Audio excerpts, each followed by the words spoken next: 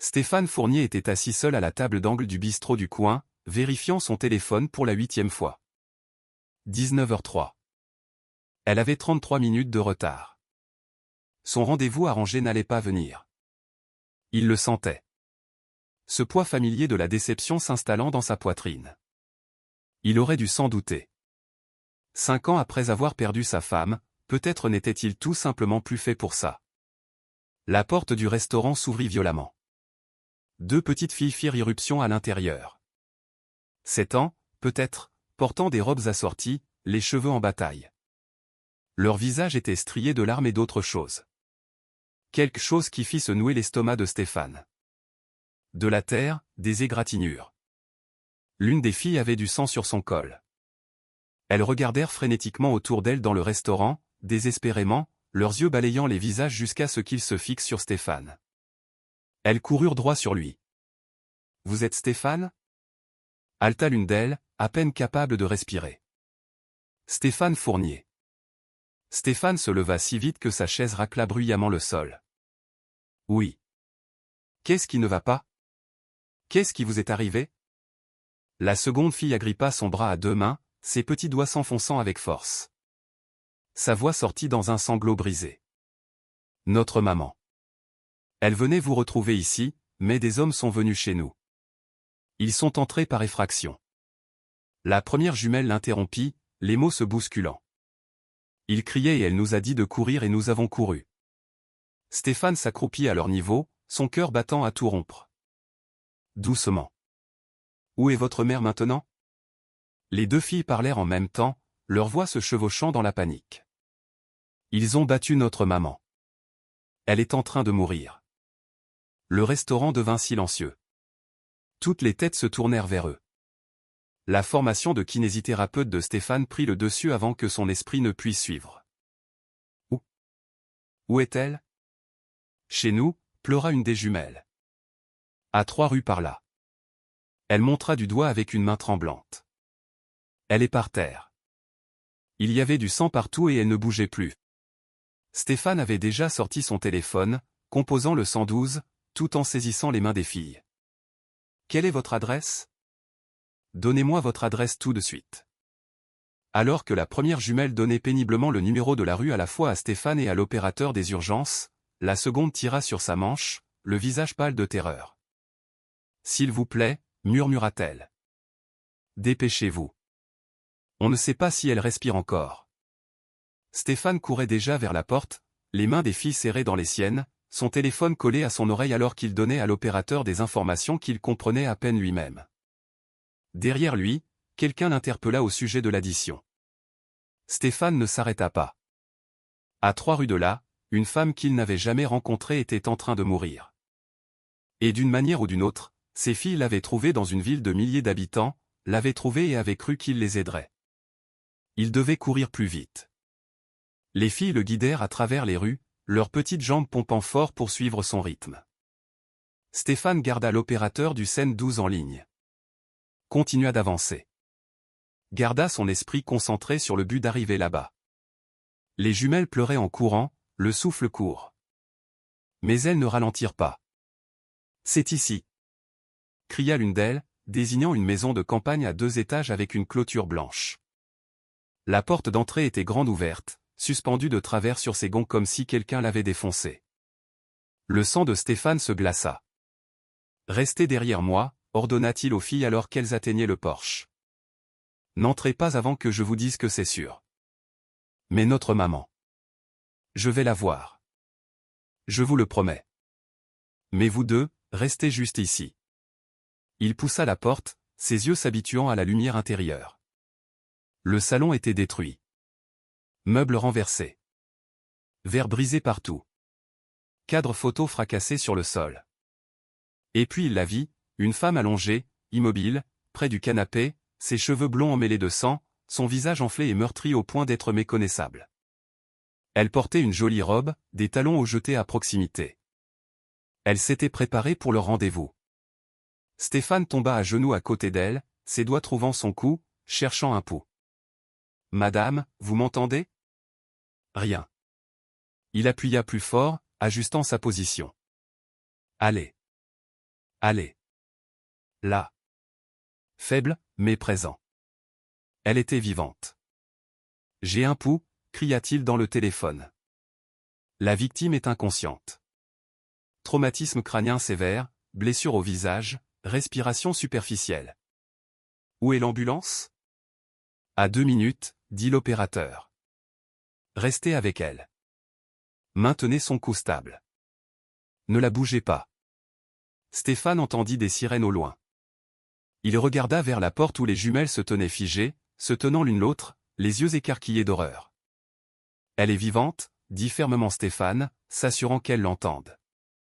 Votre maman est vivante. Les secours sont presque là. L'une des filles laissa échapper un sanglot qui semblait être un mélange de soulagement et de terreur. L'ambulance arriva 90 secondes plus tard, suivie immédiatement par 2 voitures de police. Les ambulanciers envahirent la maison. Stéphane recula, leur laissant de la place pour travailler. Il se déplaçait avec une efficacité rodée, vérifiant les signes vitaux, stabilisant son cou, lui mettant un masque à oxygène sur le visage. Grave commotion cérébrale, possible fracture du crâne, dit un ambulancier. Contusions multiples, côte cassée. Il faut y aller maintenant. Ils la chargèrent sur un brancard. Les jumelles tentèrent de suivre, mais un policier les retint doucement. Les filles, nous devons vous poser quelques questions, dit doucement le policier. Non. Hurla une des jumelles. On doit aller avec notre maman. Stéphane s'avança sans réfléchir. Monsieur l'agent, elles viennent de voir leur mère se faire agresser. Elles sont terrifiées. Peuvent-elles venir avec moi à l'hôpital? Vous pourrez les interroger là-bas. Le policier regarda Stéphane d'un air sceptique. Et qui êtes-vous? Je suis.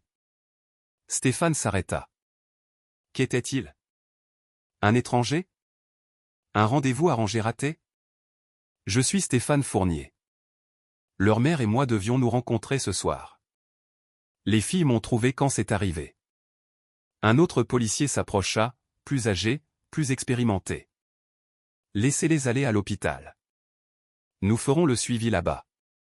Pour l'instant, nous devons sécuriser cette scène. Le premier policier acquiesça à contre-cœur. D'accord, mais ne quittez pas l'hôpital. Nous aurons besoin de déposition de vous tous. Stéphane baissa les yeux vers les jumelles. Comment vous appelez-vous?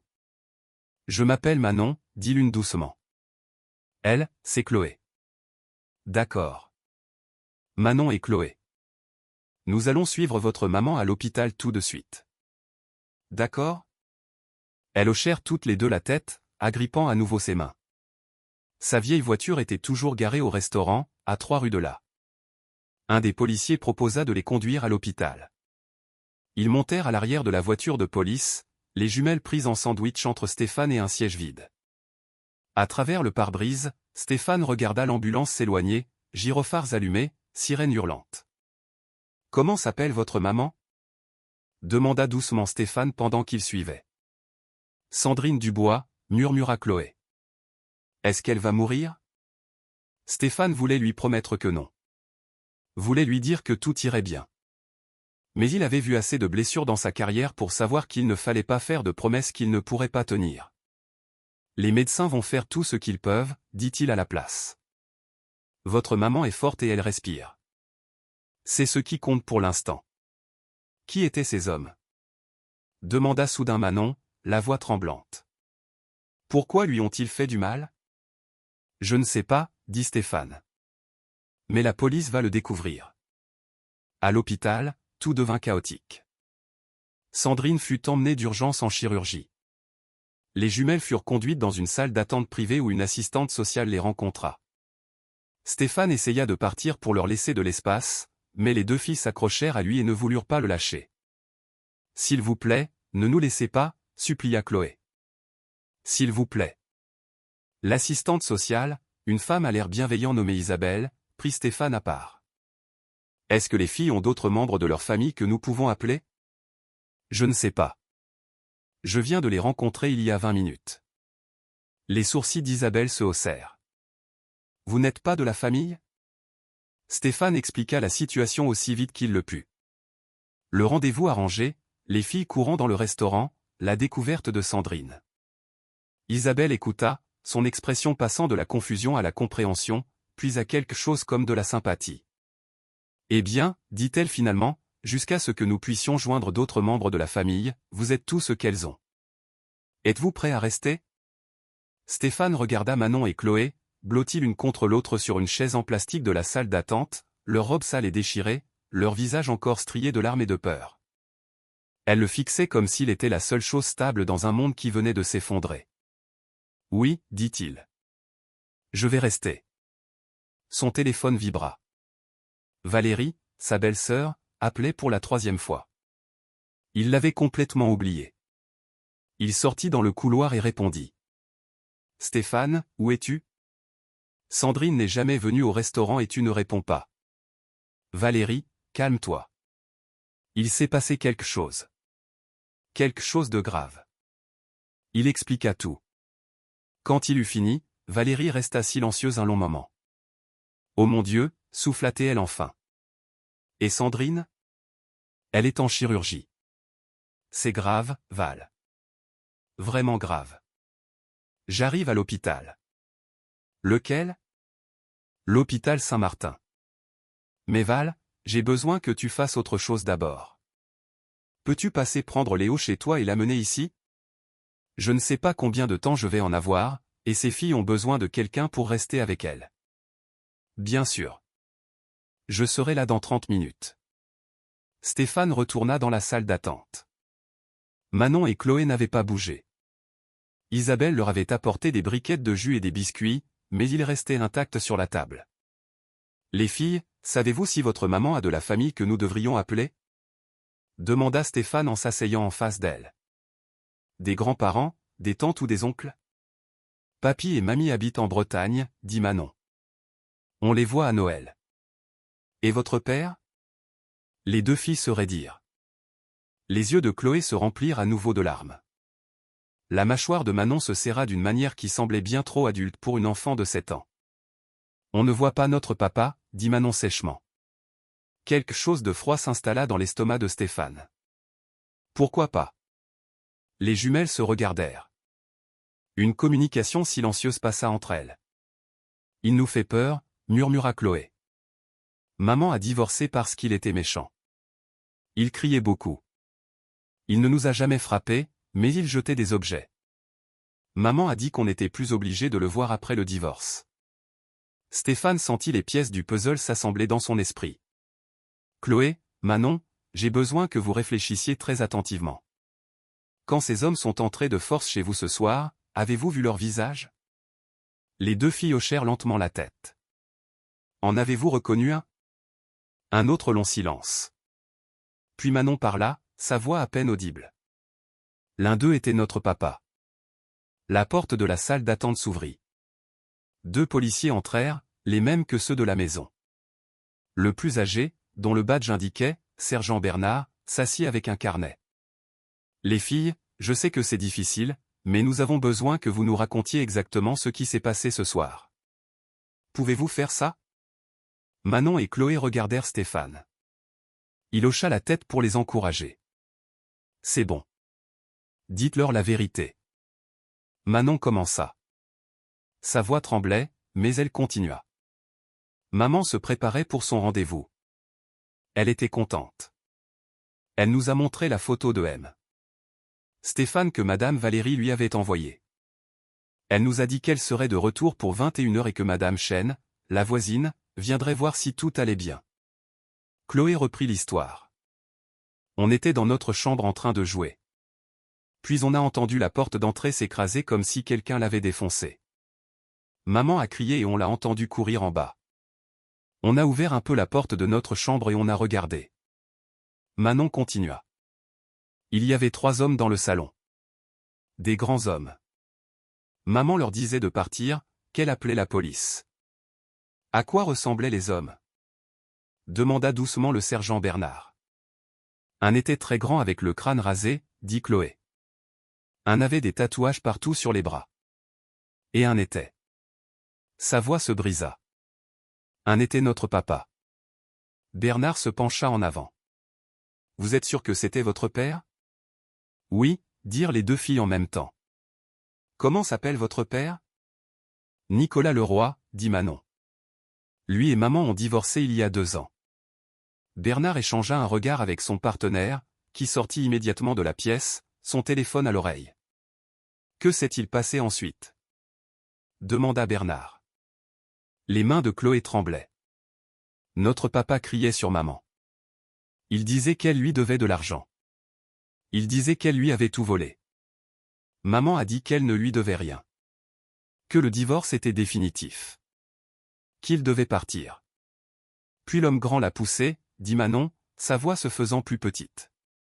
Elle est tombée contre le canapé. Papa a commencé à crier plus fort. Il a dit quelque chose à propos de son entreprise qui valait des millions maintenant et que ça aurait dû être son argent. Les mains de Stéphane se serrèrent en poing. Il se força à rester silencieux, à laisser les filles finir. Maman a essayé de courir vers son téléphone, continua Chloé, mais l'homme avec les tatouages l'a attrapée et puis ils ont commencé. Elle s'arrêta, les larmes coulant sur son visage. Manon termina pour elle. Ils ont commencé à la frapper, tous les 3. Elle criait et essayait de protéger sa tête, mais il continuait de la frapper et de lui donner des coups de pied. Et on avait tellement peur, mais on ne savait pas quoi faire. Vous avez fait exactement ce qu'il fallait, dit fermement Bernard. Que s'est-il passé ensuite? Maman nous a vus en haut des escaliers, dit Chloé. Elle nous a crié de courir jusqu'au restaurant et de trouver M. Stéphane. Alors, on a descendu les escaliers de service et on est sorti par la porte de derrière.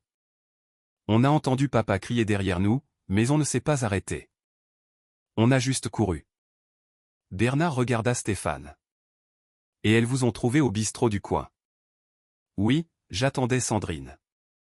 Les filles sont entrées en courant et m'ont raconté ce qui s'était passé. J'ai immédiatement appelé le 112 et nous sommes allés à la maison. Le jeune policier revint, l'air sombre. Il murmura quelque chose à Bernard, qui hocha lentement la tête. Nicolas Leroy a un casier judiciaire, dit Bernard à Stéphane à voix basse. Accusation de voie de fait pour une bagarre de bar il y a 3 ans. Ordonnance restrictive déposée par Sandrine Dubois il y a 18 mois, expirée il y a 6 mois. Il a 2 associés connus avec des casiers judiciaires. Nous avons des unités qui les recherchent maintenant. Il savait où elle vivait, dit Stéphane. Il savait qu'elle serait seule avec les filles. Nous vérifions les relevés téléphoniques, sa dernière adresse connue. Nous le trouverons. Un médecin apparut à la porte, encore en tenue de bloc. Tout le monde se leva. Les jumelles coururent vers Stéphane, saisissant chacune une de ses mains. « Je suis le docteur Martin », dit la femme. Son visage était soigneusement neutre, de cette manière qu'ont les médecins lorsque les nouvelles ne sont pas bonnes. Sandrine Dubois est sortie de chirurgie. Nous l'avons stabilisée, mais ses blessures sont étendues. Commotion cérébrale sévère, fracture du crâne, 3 côtes cassées, hémorragie interne que nous avons réussi à arrêter. Elle est dans un état critique. Est-ce qu'elle va se réveiller? Demanda Chloé, sa voix minuscule. Le docteur Martin s'accroupit au niveau des filles. Pour l'instant, votre maman est dans ce qu'on appelle un coma artificiel. Cela signifie que nous la maintenons endormie exprès pour que son cerveau puisse guérir. Nous ne connaîtrons pas toute l'étendue de ses blessures avant que le gonflement de son cerveau ne diminue. Cela pourrait prendre des jours. On peut la voir? Demanda Manon. Bientôt. Nous devons d'abord l'installer en soins intensifs. Mais oui, vous pourrez la voir. Après le départ du docteur Martin, Isabelle, l'assistante sociale, revint avec des nouvelles. J'ai joint les parents de Sandrine en Bretagne. Ils réservent le premier vol qu'ils peuvent trouver, mais ils n'arriveront pas avant demain après-midi. J'ai aussi contacté Madame Chen, votre voisine. Elle est d'accord pour rester à votre maison avec les filles ce soir. Non, s'écria Chloé.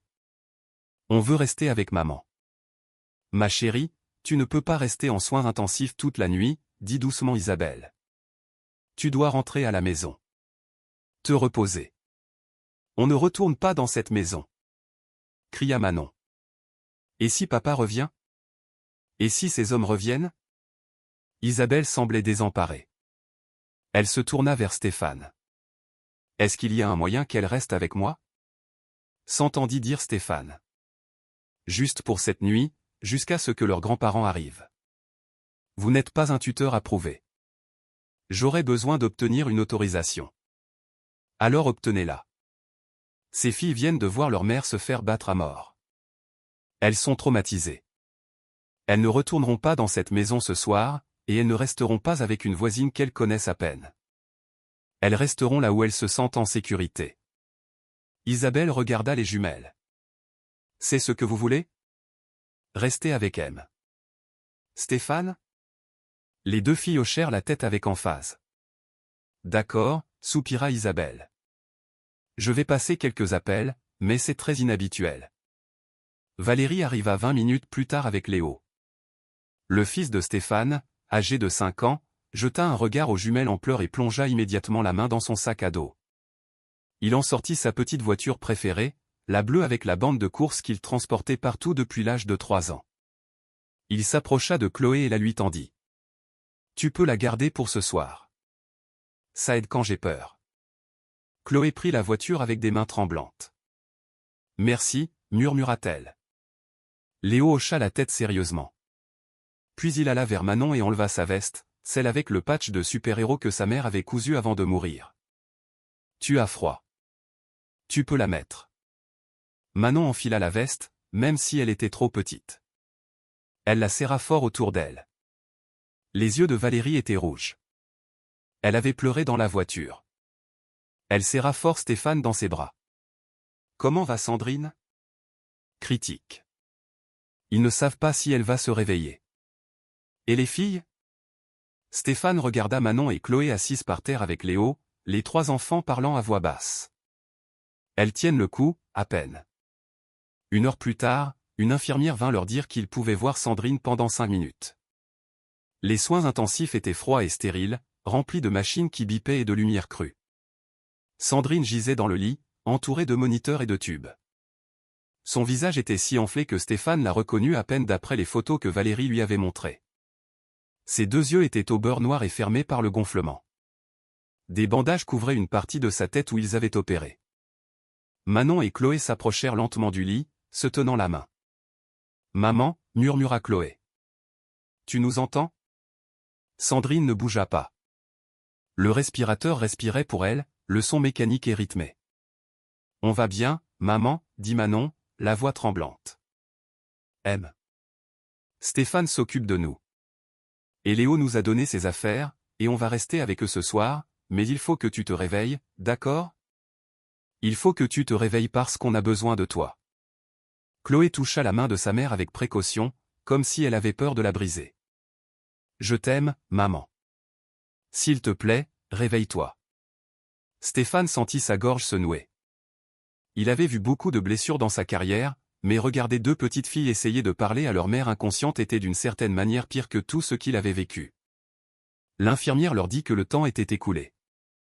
Manon et Chloé ne voulaient pas partir, mais Stéphane les guida doucement vers la porte. « On reviendra demain. Je vous le promets. » Ils quittèrent l'hôpital juste après minuit. Le petit appartement de Stéphane était petit, un 2 pièces dans lequel il avait emménagé après la mort de sa femme parce qu'il ne supportait pas d'être dans la maison où ils avaient prévu d'élever Léo ensemble. Valérie avait proposé d'emmener les filles chez elle, mais elles avaient refusé. Elle voulait rester avec Stéphane. L'appartement était en désordre. Stéphane ne s'attendait pas à avoir de la compagnie. Vaisselle sale dans l'évier. Jouets de Léo éparpillés sur le sol du salon. Linge empilé sur le canapé. Il se sentit soudain gêné. Mais les jumelles ne semblèrent ni le remarquer ni s'en soucier. « Vous pouvez dormir dans ma chambre, les filles, » dit Stéphane. « Je prendrai le canapé. »« Où dort Léo » demanda Manon. « J'ai ma propre chambre » annonça fièrement Léo. « Vous voulez voir » Les jumelles suivirent Léo dans sa petite chambre couverte de dessins et de posters de dinosaures. Léo leur montra son lit, sa bibliothèque, son coffre à jouets. « Vous pouvez dormir ici avec moi si vous voulez. Mon lit est grand. » Manon et Chloé regardèrent Stéphane. « On peut, si ça ne dérange pas Léo de partager ?»« Ça ne me dérange pas, » dit Léo. « Quand ma maman était vivante, je dormais dans son lit quand je faisais des cauchemars. Elle disait que dormir avec des gens en qui on a confiance fait partir les mauvais rêves. La poitrine de Stéphane se serra. Léo parlait rarement de sa mère. L'entendre la mentionner si nonchalamment, si simplement, était à la fois beau et douloureux. Valérie était passée à la maison des filles pour prendre des vêtements et des articles de toilette, sous la surveillance d'un policier. La maison était toujours une scène de crime, mais il l'avait laissé prendre l'essentiel. Manon et Chloé se changèrent en pyjama pendant que Stéphane préparait le lit de Léo avec des oreillers et des couvertures supplémentaires. Les 3 enfants grimpèrent dans le lit ensemble, Léo au milieu, une jumelle de chaque côté. Stéphane s'assit sur le bord du lit. M. Stéphane, dit doucement Chloé. Pourquoi vous nous aidez? Vous ne nous connaissez même pas. Stéphane y réfléchit. Vous savez quel est mon métier? Je suis kinésithérapeute. Ça veut dire que j'aide les gens qui sont blessés à réapprendre à utiliser leur corps. Parfois, les gens viennent me voir après des accidents de voiture, des opérations ou des blessures sportives. Et vous savez ce que j'ai appris? Les 3 enfants le fixaient, attendant. J'ai appris que le plus effrayant quand on est blessé, ce n'est pas la douleur. C'est de se sentir seul. C'est de penser que personne ne se soucie de savoir si on va mieux. Alors, quand quelqu'un se présente, quand quelqu'un dit « Je suis là. Je vais t'aider à traverser ça ». C'est là que la guérison commence vraiment. Il regarda Manon et Chloé. Votre maman avait besoin d'aide ce soir. Vous aviez besoin d'aide ce soir. Je ne vais pas prétendre comprendre pourquoi c'est arrivé ou ce qui va se passer ensuite, mais je suis là et je ne vais nulle part tant que je ne saurai pas que vous êtes tout en sécurité. Les yeux de Manon se remplirent de larmes. Notre papa nous disait que demander de l'aide, c'était être faible. Votre papa avait tort, dit fermement Stéphane. Demander de l'aide est l'une des choses les plus courageuses qu'une personne puisse faire. Il resta avec eux jusqu'à ce que les 3 enfants s'endorment, épuisés par le traumatisme de la journée. Puis il quitta doucement la chambre et s'effondra sur le canapé. Valérie était restée, préparant du café dans sa cuisine, nettoyant discrètement. Elle s'assit à côté de lui et lui tendit une tasse. « Ça va ?» demanda-t-elle. Stéphane eut un rire amer. « J'avais un rendez-vous arrangé ce soir. »« Comment ai-je atterri ici ?»« Tu as atterri ici parce que tu es une bonne personne. Parce que quand ces filles ont eu besoin d'aide, tu n'as pas hésité. Sarah serait fière de toi. » Sarah, sa femme, la femme qui était morte en mettant Léo au monde. Il ne s'était pas beaucoup autorisé à penser à elle ce soir, mais maintenant les souvenirs affluaient. L'hôpital, les complications, le choix entre sauver Sarah ou sauver le bébé. Les mots murmurés de Sarah, « Sauve notre fils. Promets-moi que tu sauveras notre fils. » Il avait tenu cette promesse. Mais la perdre avait brisé quelque chose en lui qui n'avait jamais complètement guéri. « Je ne sais pas ce que je fais, Val, » admit-il. Ces filles sont traumatisées. Leur mère pourrait ne pas s'en sortir, et je ne suis qu'un type qui s'est fait poser un lapin. Tu n'es pas juste un type. Tu es le type qui était là quand ça comptait. Valérie lui serra la main. Dors un peu. Demain va être une journée difficile. Elle partit vers 2 heures du matin. Stéphane resta allongé sur le canapé, fixant le plafond, écoutant les bruits feutrés de son appartement. Quelque part dans l'obscurité, 3 enfants dormaient. Un qui avait perdu sa mère il y a 5 ans. 2 qui pourraient perdre la leur cette nuit. Son téléphone vibra. Un SMS du sergent Bernard. L'appartement de Nicolas Leroy est vide. Les voisins disent l'avoir vu, lui et 2 autres hommes, chargés des affaires dans un camion cet après-midi. Nous avons émis un mandat d'arrêt contre lui. Nous le trouverons. Stéphane ferma les yeux. Demain, il devrait expliquer à Manon et Chloé que leur père était recherché par la police, qu'il s'était enfui, qu'il avait peut-être planifié cette attaque à l'avance. Mais ce soir, il avait juste besoin de dormir. Il se réveilla 6 heures plus tard au son de pleurs étouffés. Il se redressa rapidement. Chloé se tenait dans l'embrasure de la porte du salon, en pyjama, les larmes coulant sur son visage. « Mauvais rêve ?» demanda doucement Stéphane. Elle hocha la tête. « Viens ici. » Chloé grimpa sur le canapé à côté de lui. Stéphane attrapa une couverture et l'enveloppa autour de ses épaules. « Tu veux en parler ?» J'ai rêvé de maman, murmura Chloé. J'ai rêvé qu'elle mourait et qu'on devait aller vivre avec papa et qu'il nous faisait du mal à nous aussi. Ça n'arrivera pas. Je te promets que ça n'arrivera pas. Comment tu le sais? Stéphane n'avait pas de bonne réponse à cela. Il ne pouvait pas promettre que Sandrine survivrait. Il ne pouvait pas promettre que Nicolas serait attrapé. Il ne pouvait rien promettre. Je le sais parce qu'il y a des gens qui tiennent à toi et à ta sœur. Vos grands-parents arrivent en avion aujourd'hui. La police recherche votre père. Les médecins font tout ce qu'ils peuvent pour votre maman. Et moi, et Léo, et ma belle-sœur Valérie. Nous sommes tous là. Tu n'es pas seule, Chloé. Quoi qu'il arrive, tu n'es pas seule. Chloé se pencha contre lui. Léo est gentil. Il a partagé son lit avec nous et ne s'est pas plaint même quand Manon lui a donné un coup de pied dans son sommeil. Stéphane sourit. Léo est un bon garçon. Il sait ce que c'est d'avoir peur. Parce que sa maman est morte? Oui. Est-ce qu'elle te manque tous les jours? Est-ce que ça arrête de faire mal un jour? Stéphane réfléchit attentivement avant de répondre. Ça change. Au début, la douleur est si grande que tu ne peux penser à rien d'autre. Mais lentement, elle devient plus petite. Elle ne disparaît pas, mais elle fait de la place pour d'autres choses. De bonnes choses, comme regarder Léo apprendre à faire du vélo ou l'entendre rire à une blague. La douleur est toujours là, mais la joie aussi. Elles existent ensemble. Je ne veux pas que maman meure, dit Chloé, la voix brisée. Je sais, ma puce. Je sais. Ils restèrent assis ensemble dans le silence jusqu'à ce que Chloé se rendorme contre l'épaule de Stéphane. Il ne bougea pas, ne voulant pas la réveiller.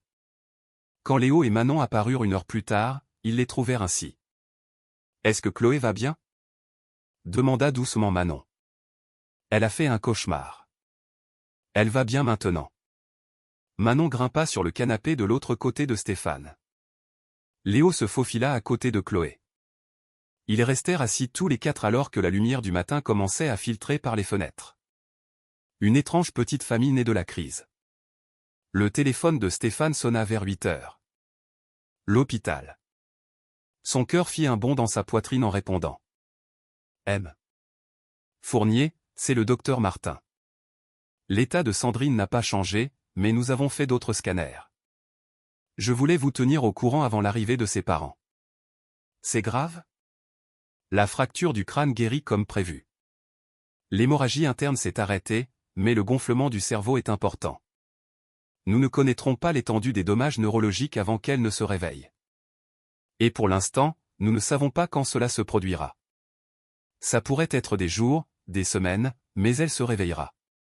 Une pause. Nous l'espérons. Mais je ne vais pas vous mentir, M. Fournier. Plus elle reste inconsciente, plus le pronostic s'aggrave. Stéphane la remercia et raccrocha. 3 pères Dieu le fixaient. Maman va bien, dit-il, car il ne pouvait rien leur dire d'autre. Les médecins disent qu'elle est stable. C'est une bonne nouvelle. Valérie arriva avec le petit déjeuner et des vêtements propres. Les jumelles portaient des jeans et des pulls que Valérie avait pris de leur maison. Elles semblaient petites et perdues dans leurs propres vêtements. Les parents de Sandrine, Jean et Monique Dubois, arrivèrent à l'hôpital vers midi. Ils avaient la soixantaine avancée, clairement dévastés, clairement épuisés par les vols d'urgence et la peur. Quand ils virent Manon et Chloé, ils s'effondrèrent en larmes, serrant les filles dans de féroces étreintes. « Nous sommes tellement désolés », n'arrêtez pas de dire Monique. « Nous sommes tellement désolés de ne pas avoir été là. » Jean regarda Stéphane avec confusion. « Vous êtes Stéphane Fournier?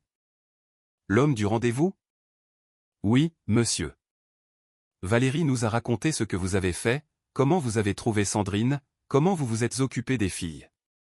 Sa voix se brisa. Nous ne pourrons jamais assez vous remercier. N'importe qui aurait fait la même chose. Non, dit fermement Jean. Pas n'importe qui. Vous n'étiez pas obligé de rester. Vous n'étiez pas obligé d'aider. Mais vous l'avez fait. Ça signifie quelque chose. Ils allèrent tous voir Sandrine ensemble. Elle avait la même apparence que la nuit précédente, inconsciente, entourée de machines, son visage toujours enflé et meurtri. Monique sanglota en voyant sa fille. Jean tenait sa femme pendant qu'elle pleurait. Manon et Chloé se tenaient de chaque côté du lit de leur mère, tenant chacune une de ses mains. Papy et mamie sont là, maman, dit Manon. On leur a dit que tu allais te réveiller bientôt. Il faut que tu te réveilles bientôt. Le respirateur de Sandrine inspirait et expirait. Les moniteurs bipaient régulièrement, mais elle ne bougeait pas. Au cours des 3 jours suivants, une routine s'installa. Jean et Monique louèrent une chambre d'hôtel près de l'hôpital. Stéphane retourna au travail, mais seulement pour des demi-journées. Il n'arrivait pas à se concentrer. Son esprit dérivait sans cesse vers l'hôpital, vers Manon et Chloé, vers Sandrine allongée dans ce lit. Les filles restaient avec leurs grands-parents pendant la journée, mais insistaient pour passer les soirées dans l'appartement de Stéphane. Elles s'étaient attachées à Léo et Léo à elle. Les 3 enfants jouaient ensemble, regardaient des films ensemble, faisaient leurs devoirs ensemble. Au milieu du traumatisme, ils avaient trouvé du réconfort les uns auprès des autres. Le 4e jour, le sergent Bernard appela. On a trouvé Nicolas Leroy. Il essayait de passer en Belgique. Nous l'avons en garde à vue avec ses 2 complices. Ils sont tous inculpés de tentative de meurtre, de coups et blessures volontaires, d'effraction et de violation d'une ordonnance restrictive. Stéphane sentit un soulagement l'envahir. Que se passe-t-il maintenant? La comparution est prévue pour demain. La libération sous caution lui sera refusée compte tenu de la gravité des charges et du risque de fuite. Il ne sortira pas, M. Fournier. Il va en prison pour très longtemps. Stéphane l'annonça aux jumelles ce soir-là. Leurs réactions furent compliquées. Le soulagement mêlé à la peur, mêlé à quelque chose qui ressemblait à de la tristesse. Je sais que c'est votre papa, dit doucement Stéphane. Et c'est normal de se sentir confuse à ce sujet, mais ce qu'il a fait était mal, et les mauvaises actions ont des conséquences. Il n'a pas toujours été méchant, dit doucement Chloé. Quand j'étais toute petite, avant que les cris ne commencent, il nous lisait des histoires. Je me souviens, dit Stéphane. Les gens sont compliqués. Quelqu'un peut faire de bonnes et de mauvaises choses, mais quand quelqu'un blesse une autre personne comme votre père a blessé votre mère, il doit faire face à la justice. Cela ne veut pas dire que vous ne pouvez pas vous souvenir des bons moments, mais cela n'excuse pas non plus les mauvais. Le 5e jour, l'état de Sandrine changea. Pas en mieux ni en pire, juste différent.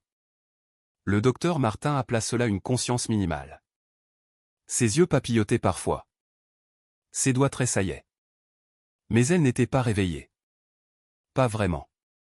C'est bon ou mauvais? Demanda Monique. C'est un mouvement dans la bonne direction, dit prudemment le docteur Martin.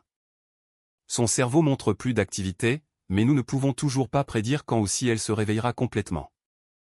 Manon et Chloé rendaient visite 2 fois par jour, parlant à leur mère, lui lisant des livres, lui racontant leur journée.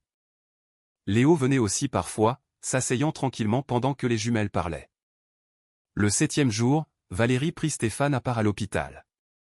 Tu sais que tu vas devoir parler à la famille de Sandrine de ce qui va se passer ensuite, n'est-ce pas? De toi et des filles. Que veux-tu dire? Tu es devenu important pour elles. Elles te font confiance. Elles se sentent en sécurité avec toi, mais ce ne sont pas tes enfants. À un moment donné, tu vas devoir prendre du recul. Stéphane savait qu'elle avait raison, mais l'idée lui semblait fausse, comme les abandonner juste au moment où elles avaient le plus besoin de stabilité. Ce soir-là, Jean demanda à Stéphane de le rejoindre pour un café à la cafétéria de l'hôpital. Ils s'assirent l'un en face de l'autre, 2 hommes épuisés qui ne s'étaient jamais rencontrés une semaine auparavant. Monique et moi avons discuté, dit Jean. Nous devons parler de la situation de vie des filles. Nous prévoyons de rester ici aussi longtemps que Sandrine sera hospitalisée, mais nous devrons éventuellement rentrer chez nous. Nous avons des emplois, des responsabilités. Nous ne pouvons pas rester indéfiniment. Je comprends. Le problème, c'est que les filles ne veulent pas retourner à la maison de Sandrine. Pas après ce qui s'est passé là-bas. Et elles ont demandé à rester avec toi et Léo. Jean semblait mal à l'aise. Je sais que ce n'est pas juste. Vous avez déjà tant fait, mais elles se sentent en sécurité avec vous. Elles se sont liées d'amitié avec votre fils, et franchement, je pense que ça les aide à faire face. Ce que je demande, c'est, seriez-vous prêt à les garder encore un peu, juste jusqu'à ce que Sandrine se réveille et que nous puissions trouver une solution plus permanente? Nous aiderions pour les dépenses, bien sûr. Nous viendrions tous les week-ends, mais les filles ont besoin de stabilité en ce moment, et vous semblez la leur apporter. Elles peuvent rester, dit Stéphane, aussi longtemps qu'elles en auront besoin. Les yeux de Jean s'emplirent de larmes. Merci. Dieu merci. Le 9e jour, Stéphane était au travail quand Valérie appela. Viens à l'hôpital maintenant. Son cœur s'arrêta. C'est Sandrine? Elle se réveille. Il pense qu'elle se réveille. Stéphane grilla tous les feux rouges pour y arriver. Il fit irruption dans la salle d'attente des soins intensifs où Valérie, Jean, Monique et les jumelles étaient rassemblés. Le docteur Martin était avec eux. Ses yeux se sont ouverts il y a environ 20 minutes, expliqua le docteur Martin. Elle n'est pas encore totalement consciente, mais elle répond aux stimuli. C'est une très bonne nouvelle. Ils laissèrent les jumelles entrer en premier, Stéphane et les grands-parents suivants. Sandrine était allongée dans le lit, les yeux mi-clos, le regard vide et confus. Le respirateur avait été retiré. Elle respirait seule. « Maman, dit Manon, la voix tremblante. Maman, tu nous entends ?» Les yeux de Sandrine se tournèrent vers le son. Ses lèvres bougèrent, mais aucun son ne sortit. « N'essayez pas de parler tout de suite, dit le docteur Martin. Vous avez subi un traumatisme important. Prenez votre temps. » Chloé serra la main de sa mère. « On est là, maman. On est tous là. Tu es en sécurité. » Les doigts de Sandrine tressaillirent, essayant de serrer en retour. Des larmes s'échappèrent des coins de ses yeux. Au cours des heures suivantes, Sandrine revint lentement, son regard se focalisa. Elle commença à émettre des sons. Le soir, elle chuchotait des mots uniques. Le lendemain matin, elle pouvait parler en phrases courtes. Stéphane rendit visite avec les jumelles cet après-midi-là. C'était la première fois que Sandrine et lui se rencontraient réellement alors qu'elle était consciente. Elle le regarda avec des yeux enflés, son visage encore meurtri et bandé. « Stéphane, murmura-t-elle. Oui, bonjour. Vous m'avez sauvé la vie. Vos filles vous ont sauvé la vie.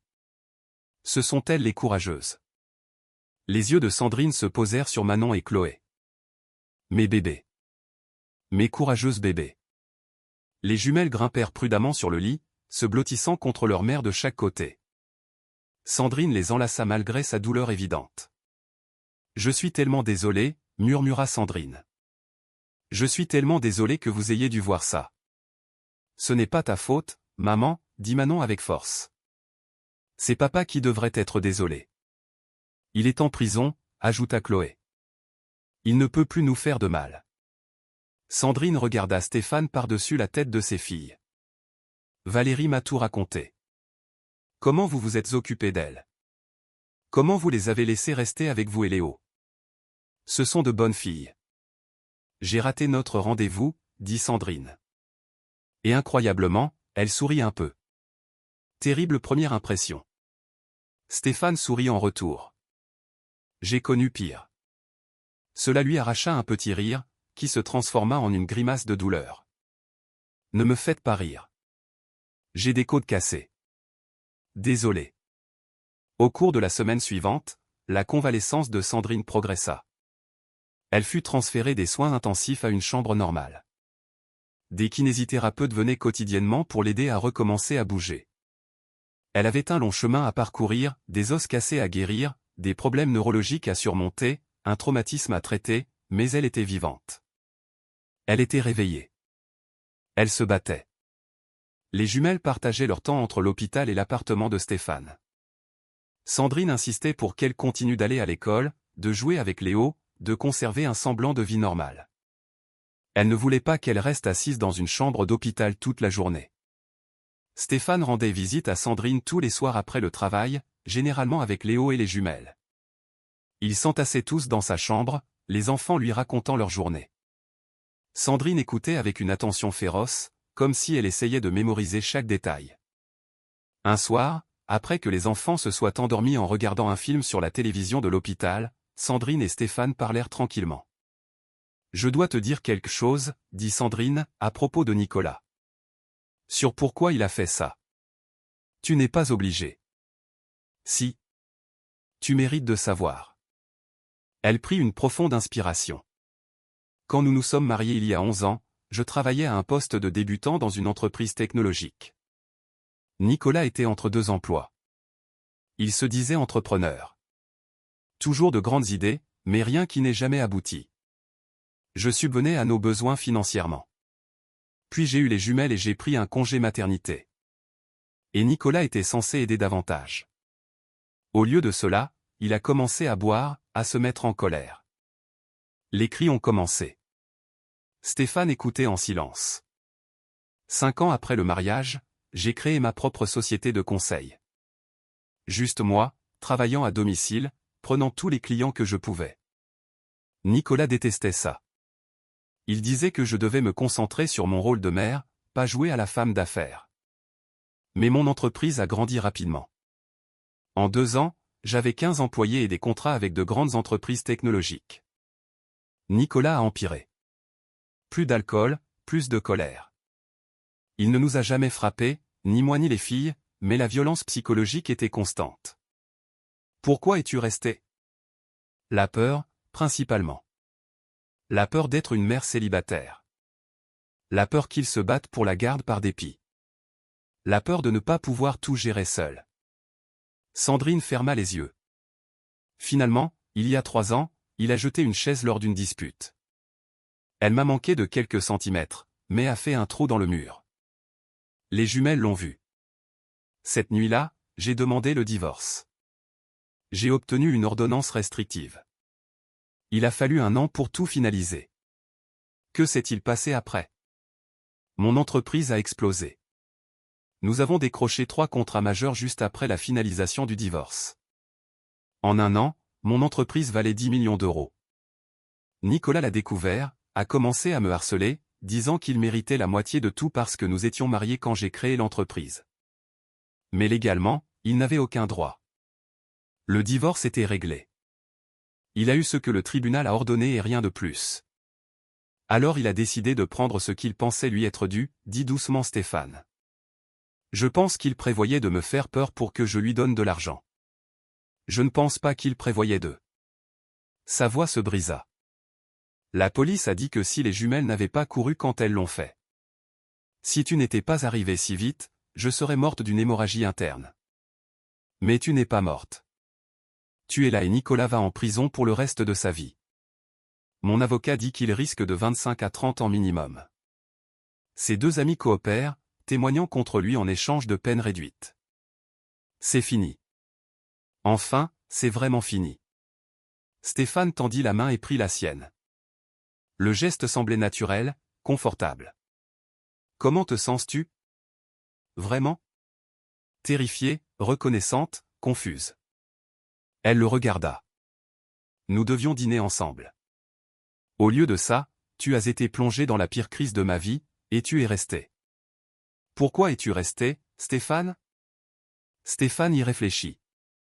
Il y a 5 ans, ma femme est morte en donnant naissance à Léo. J'étais dans une chambre d'hôpital pas très différente de celle-ci et j'ai dû faire un choix entre la sauver ou sauver notre fils. Elle a fait le choix pour moi. Elle m'a dit de sauver Léo et puis elle est partie. J'ai passé des mois à souhaiter que quelqu'un ait été là pour m'aider à traverser ça. Quelqu'un qui comprenait ce que c'était que de voir son monde entier s'effondrer en une seule nuit. Il serra doucement la main de Sandrine. Quand tes filles m'ont trouvé, quand je les ai vues si effrayées et désespérées, j'ai pensé à Léo, à ce qui lui arriverait s'il m'arrivait quelque chose, à quel point ce serait terrifiant pour lui d'être seul. Je ne pouvais pas laisser Manon et Chloé ressentir ça. Je ne pouvais pas les laisser penser que personne ne s'en souciait. Les yeux de Sandrine se remplirent de larmes. Tu es un homme bon, Stéphane Fournier. Je suis juste un type qui était là. Parfois, c'est la chose la plus importante. 2 semaines après son réveil, Sandrine sortit de l'hôpital. Elle ne pouvait pas retourner chez elle. Pas encore. Peut-être jamais. Les souvenirs étaient trop douloureux, et la maison était toujours considérée comme une scène de crime en attendant le procès. Jean et Monique proposèrent de l'emmener, elle et les jumelles, en Bretagne, mais Sandrine refusa. Mon entreprise est ici. L'école des filles est ici. Notre vie est ici. Je ne laisserai pas Nicolas nous chasser. Elle loua temporairement un appartement sécurisé, quelque chose de petit et sûr avec une bonne sécurité. Les jumelles l'aidèrent à s'installer, mais elles passaient encore la plupart des soirées dans l'appartement de Stéphane. Elles demandaient à rentrer chez leur mère à l'heure du coucher, et Stéphane les conduisait les 10 minutes jusqu'au nouvel endroit de Sandrine. C'était devenu une routine étrange et non planifiée qui fonctionnait d'une manière ou d'une autre. La kinésithérapie de Sandrine progressait. Elle commença à travailler de chez elle, participant à des appels vidéo avec son associé, reprenant lentement le contrôle de son entreprise. Les jumelles allaient voir un conseiller 2 fois par semaine pour traiter le traumatisme. Léo commença à poser des questions sur la raison pour laquelle Manon et Chloé étaient toujours là. « Ce sont mes sœurs maintenant ?» demanda-t-il à Stéphane un soir. « Non, mon grand.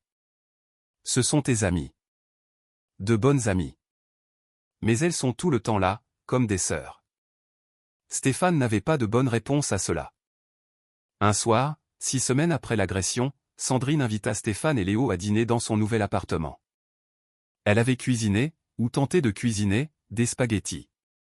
C'était légèrement brûlé, mais personne ne se plaignit. Après le dîner, les enfants s'entassèrent sur le canapé pour regarder un film. Sandrine et Stéphane nettoyèrent la cuisine ensemble. « J'ai réfléchi, » dit Sandrine en séchant une assiette, « à ce qui se passe ensuite. Les jumelles ont besoin de stabilité. Elles ont besoin de savoir à quoi ressemble leur vie à l'avenir. Et en ce moment, une grande partie de leur vie, c'est toi et Léo. Elles sont toujours les bienvenues chez moi. Tu le sais. Je sais. Mais Stéphane, ça fait 6 semaines.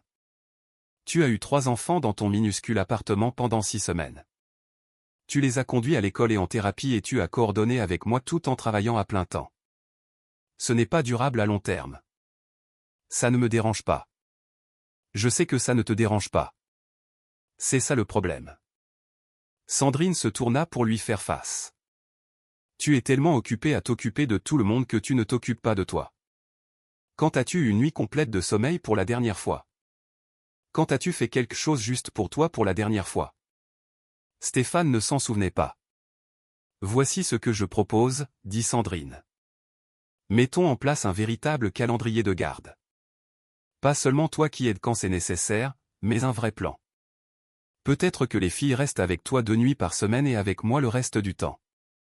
Nous coordonnons les horaires, partageons les responsabilités, travaillons ensemble comme des coparents. » « Coparents » répéta Stéphane. « Elles t'aiment, Stéphane.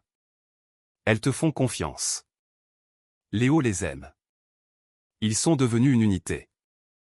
Arrêtons de prétendre que c'est temporaire et trouvons un moyen de faire en sorte que ça marche à long terme. Sandrine, je ne peux pas te demander de. Tu ne demandes pas. J'offre. Nous offrons. Soyons honnêtes sur ce qui se passe ici. Stéphane regarda dans le salon où 3 enfants étaient assis ensemble. Léo entre les jumelles, tous riant de quelque chose à l'écran. Ils ressemblaient à des frères et sœurs. Ils ressemblaient à une famille. D'accord, dit Stéphane. Trouvons une solution. Ils s'assirent à la petite table de cuisine de Sandrine et firent un plan. Les mardis et jeudis, les filles resteraient chez Stéphane. Les week-ends alternés. Les trajets scolaires seraient partagés. Les vacances seraient discutées et partagées. C'était pragmatique et organisé comme un accord commercial, mais c'était aussi quelque chose de plus. Tu sais ce qui est fou? Dit Sandrine alors qu'ils travaillaient sur la logistique. On n'a toujours pas eu ce rendez-vous. Stéphane leva les yeux du calendrier sur lequel ils écrivaient. Quoi? Notre rendez-vous. Celui qui a été interrompu par mon ex-mari essayant de me tuer. On n'est jamais vraiment sortis ensemble. Stéphane rit. Je crois qu'on a sauté quelques étapes dans la progression normale d'une relation. Plus que quelques-unes. Sandrine sourit. Voudrais-tu un jour, avoir un vrai rendez-vous où personne ne se fait agresser et où aucun enfant n'est impliqué? Stéphane sentit son cœur faire quelque chose de compliqué dans sa poitrine. Oui, j'aimerais bien. Bien, parce que je te dois un dîner dans un bon restaurant, un où j'arrive à l'heure.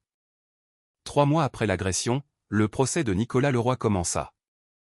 Il dura 2 semaines. Les preuves étaient accablantes. Rapport de la police scientifique, témoignages, déposition des jumelles, images de la caméra de surveillance d'un voisin qui avait filmé Nicolas et ses complices entrant dans la maison de Sandrine. Stéphane s'assit avec Sandrine tous les jours du procès. Les jumelles n'y assistèrent pas. Leur témoignage enregistré fut diffusé à la place, leur épargnant d'avoir à faire face à leur père au tribunal. Nicolas ne montra aucun remords. Il insista sur le fait que Sandrine l'avait provoqué, qu'elle lui avait volé son argent, que tout était de sa faute. Sa défense était faible et désespérée. Le jury délibéra pendant 3 heures. Coupable sur tous les chefs d'accusation. La sentence tomba 2 semaines plus tard. 28 ans à la perpétuité. Nicolas serait éligible à la libération conditionnelle à 70 ans. Ses 2 complices écopèrent de 15 ans chacun.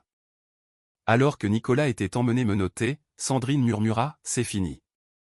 C'est vraiment fini. » Stéphane lui prit la main. « Oui, c'est fini. » 4 mois après l'agression, par un frais samedi soir de fin septembre, Stéphane vint chercher Sandrine pour leur premier vrai rendez-vous.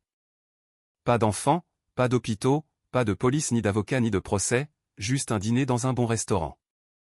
Sandrine portait une robe bleue et avait l'air nerveuse.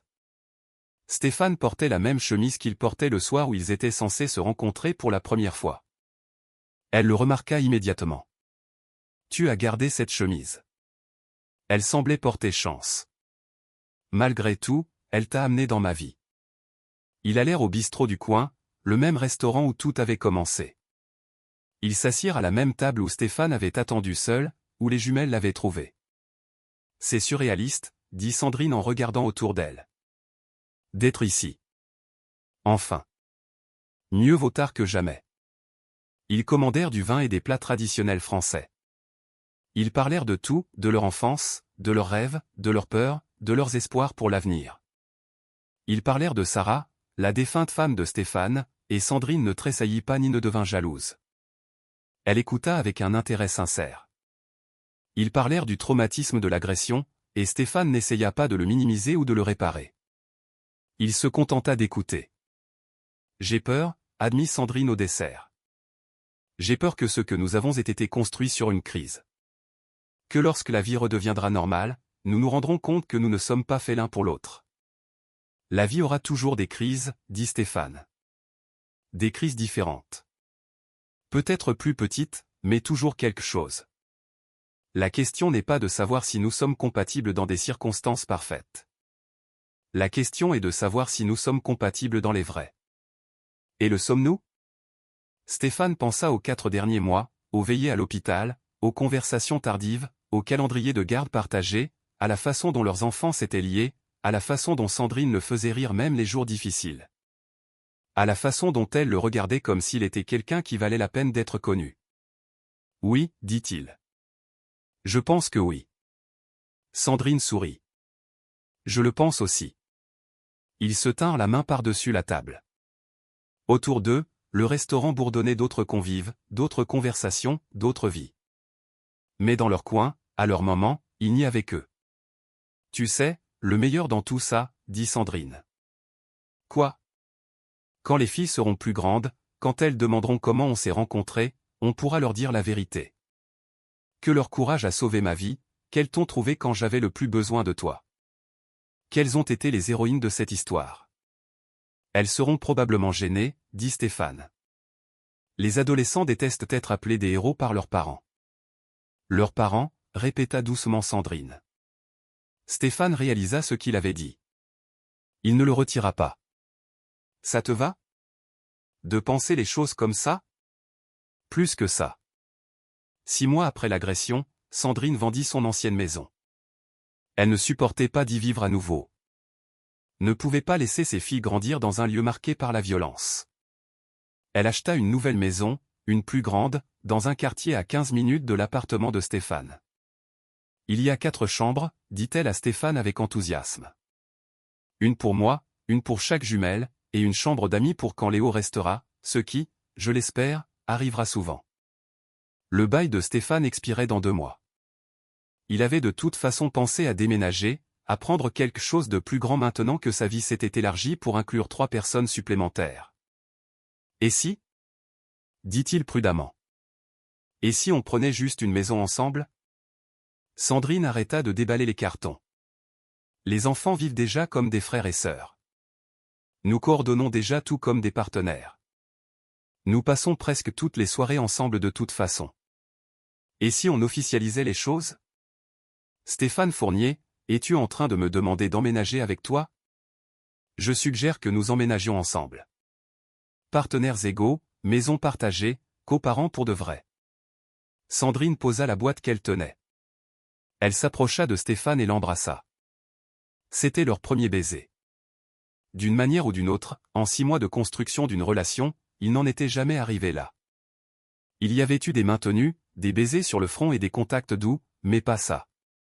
C'était doux et sûr et donnait l'impression de rentrer à la maison. Oui, dit Sandrine quand ils se séparèrent. Trouvons notre maison. Faisons-le pour de vrai. 8 mois après l'agression, Stéphane et Sandrine achetèrent une maison ensemble. Une grande maison familiale, 5 chambres, grand jardin, bon quartier scolaire, assez d'espace pour tout le monde. Léo eut enfin sa propre chambre. Les jumelles eurent chacune leur propre chambre décorée exactement comme elles le voulaient. Stéphane et Sandrine prirent la chambre principale. Valérie les aida à déménager, secouant la tête avec étonnement. Vous savez, quand j'ai arrangé ce rendez-vous, je n'aurais jamais imaginé ça. Qu'est-ce que tu imaginais? Demanda Sandrine. Peut-être que vous vous entendriez bien. Peut-être que vous sortiriez ensemble quelques mois. Peut-être que ça marcherait à long terme. Mais ça, Valérie fit un geste vers le chaos des boîtes, des enfants et du mélange de 2 familles. C'est tout autre chose. C'est désordonné, admit Stéphane. C'est parfait, corrigea Valérie. La première nuit dans la nouvelle maison, ils commandèrent des pizzas et mangèrent par terre car la table de la salle à manger n'avait pas encore été livrée. Léo, Manon et Chloé couraient dans les pièces vides, leur voix résonnant, leur rire remplissant l'espace. Ils sont heureux, dit Sandrine en s'appuyant contre Stéphane. Oui, ils le sont. J'attends toujours que le couperet tombe, que quelque chose aille de travers. Des choses iront de travers. C'est la vie. Mais nous y ferons face ensemble. Sandrine l'embrassa. Ensemble. J'aime le son de ça. 1 an après l'agression, par une douce soirée de mai, Stéphane demanda Sandrine en mariage. Rien de sophistiqué, juste 2 et les enfants dans leur jardin. Il avait appris à Léo à faire du vélo, les jumelles avaient cueilli des fleurs, et Sandrine regardait depuis la terrasse avec un café. Stéphane s'approcha d'elle, sortit une bague de sa poche et dit « Je l'ai achetée il y a 3 mois. Je l'ai gardée sur moi, attendant le moment parfait. Mais j'ai réalisé qu'il n'y a pas de moment parfait. Il n'y a que des moments réels. Des moments comme celui-ci où nous sommes tous ensemble, heureux et à la maison. Alors, Sandrine Dubois, veux-tu m'épouser? Veux-tu me laisser passer le reste de ma vie à être là pour toi et ces incroyables filles? » Sandrine se mit à pleurer. Oui, oui, bien sûr, oui. Les enfants applaudirent. Léo cria, ça veut dire que Manon et Chloé sont mes sœurs maintenant. Si tu veux qu'elles le soient, dit Stéphane. Je veux qu'elles le soient, dit sérieusement Léo. Ils se marièrent 3 mois plus tard dans leur jardin. Petite cérémonie, juste la famille et les amis proches. Manon et Chloé étaient les demoiselles d'honneur de Sandrine. Léo était le témoin de Stéphane, prenant son rôle très au sérieux malgré ses 6 ans. Quand l'officiant demanda si quelqu'un avait une objection, Léo cria « Je m'oppose à ce qu'on attende plus longtemps. Je veux du gâteau. » Tout le monde rit, y compris l'officiant, qui accéléra le reste de la cérémonie. 2 ans après l'agression, la vie s'était installée dans une routine magnifiquement ordinaire. Stéphane travaillait toujours comme kinésithérapeute. Sandrine dirigeait toujours son entreprise, qui avait doublé de taille. Les enfants s'épanouissaient à l'école. Ils dînaient en famille tous les soirs, avaient des soirées cinéma en famille tous les vendredis, et le chaos familial tous les jours. Manon et Chloé allaient toujours en thérapie, traitant un traumatisme qui ferait probablement toujours partie d'elles. Mais elles étaient heureuses. Elles riaient facilement. Elles se sentaient en sécurité. Léo commença à appeler Sandrine « maman » sans que personne ne le lui demande. Elle avait pleuré la première fois, le serrant fort, lui disant qu'elle était honorée. Un soir, Chloé demanda à Stéphane, « Est-ce que tu penses parfois à cette nuit? La nuit où on t'a trouvé au restaurant? » Parfois, admit Stéphane. Pourquoi? J'y pense beaucoup. Je pense à la peur que j'avais, mais je pense aussi à la façon dont on t'a trouvé. Comme si maman savait que tu nous aiderais même si vous ne vous étiez jamais rencontrés. Comme si c'était destiné à arriver. Peut-être que ça l'était, dit Stéphane. Tu crois au destin? Demanda Manon. Stéphane y réfléchit. Au rendez-vous arrangé qui n'avait jamais eu lieu. Aux deux filles terrifiées courant dans un restaurant. À une femme presque morte mais qui a survécu. À une famille construite sur la tragédie. Je crois au fait d'être présent, dit-il finalement. Je crois que lorsque les gens ont besoin d'aide, lorsqu'ils tendent la main, lorsqu'ils vous confient leur peur et leur douleur, il faut être présent. Et parfois, en étant présent pour les autres, on finit par trouver exactement ce dont on avait besoin aussi. On avait besoin de toi, dit simplement Chloé. J'avais besoin de vous aussi, dit Stéphane. De vous tous. Sandrine entra alors dans la pièce, venant de coucher Léo. Elle s'assit à côté de Stéphane sur le canapé, les jumelles de l'autre côté. Ils étaient serrés tous les quatre.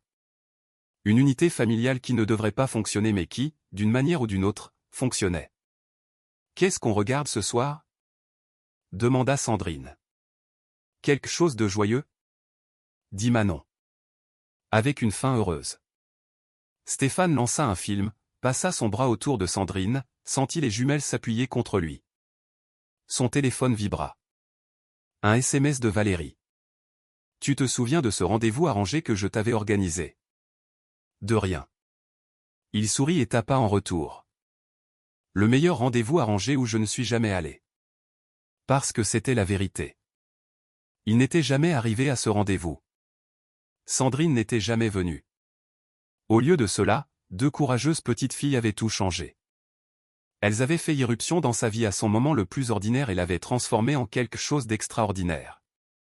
Parfois, les meilleures choses de la vie arrivent lorsque les plans échouent, lorsque les rendez-vous sont interrompus, lorsque la tragédie frappe et force des étrangers à devenir une famille. Stéphane Fournier était allé dans un restaurant en s'attendant à un dîner et à une conversation gênante. Au lieu de cela, il avait trouvé un but, une famille, une seconde chance en amour, 3 enfants qui avaient besoin de lui, une femme qui le comprenait. Il avait trouvé un foyer de la manière la plus inattendue. Et pendant que le film passait et que la famille s'installait ensemble, Stéphane pensa à comment il avait failli annuler ce rendez-vous. À quel point il était passé près de dire non aux arrangements de Valérie. À quel point sa vie serait différente s'il était juste resté à la maison ce soir-là. Mais il n'était pas resté à la maison. Il était venu. Et quand 2 filles terrifiées l'avaient trouvé et avaient dit, « Ils ont battu notre maman. Elle est en train de mourir », il avait de nouveau été là. C'est ce qui comptait. Pas les plans qui ont échoué. Pas les moments parfaits qui ne sont jamais venus. Mais les moments réels, les moments difficiles, les moments où être présent a fait toute la différence. Stéphane embrassa le front de Sandrine. Elle sourit sans quitter le film des yeux. Les jumelles gloussèrent à quelque chose à l'écran. La voix de Léo appela de sa chambre, demandant de l'eau. « J'y vais, » dit Stéphane en se levant. « Je viens avec toi, » dit Sandrine. Ils marchèrent ensemble vers la chambre de Léo, laissant les jumelles sur le canapé. Dans le couloir, Sandrine prit la main de Stéphane. « Heureux ?» demanda-t-elle. Stéphane pensa à tout ce qu'ils avaient traversé. Le traumatisme, la peur, la lente reconstruction, le choix de se faire confiance lorsque la confiance semblait impossible. Le choix de construire une famille à partir de morceaux brisés. « Oui, » dit-il. « Je suis heureux. » Et il l'était. Pas parce que la vie était parfaite. Pas parce que le passé ne faisait pas mal. Pas parce qu'il n'y avait pas encore de jours difficiles et de souvenirs douloureux, mais parce qu'une nuit, 2 ans auparavant, alors que 2 petites filles avaient besoin d'un héros, il avait été là. Et ce simple choix avait mené à tout le reste. À cette famille, ce foyer, cet amour. Parfois, les rendez-vous arrangés auxquels nous ne nous rendons jamais se révèlent être les rendez-vous les plus importants de notre vie. Dans un monde qui ne semble jamais s'arrêter de bouger, nous venons de partager un moment de calme ensemble. Nous avons laissé le bruit s'estomper et sommes entrés dans un autre monde. Merci d'avoir fait de la place pour cela. Cette histoire vous a-t-elle apporté un moment de paix, un moment de réflexion? J'adorerais savoir comment elle a résonné dans votre cœur. Cela me ferait également très plaisir de voir un bonjour de votre coin du monde dans les commentaires ci-dessous. Cette chaîne se veut un refuge, un lieu tranquille où nous pouvons nous souvenir du pouvoir d'une histoire qui se déroule à son propre rythme. Si jamais vous avez besoin d'un tel endroit où revenir, je vous invite à vous abonner et à rejoindre notre communauté silencieuse. Il y aura toujours une histoire qui vous attendra ici. Merci de contribuer à la paix de cet espace simplement en écoutant. Votre présence est ce qui le rend réel. Jusqu'à notre prochaine rencontre, puissiez-vous trouver la paix dans vos moments et une histoire dans votre vie.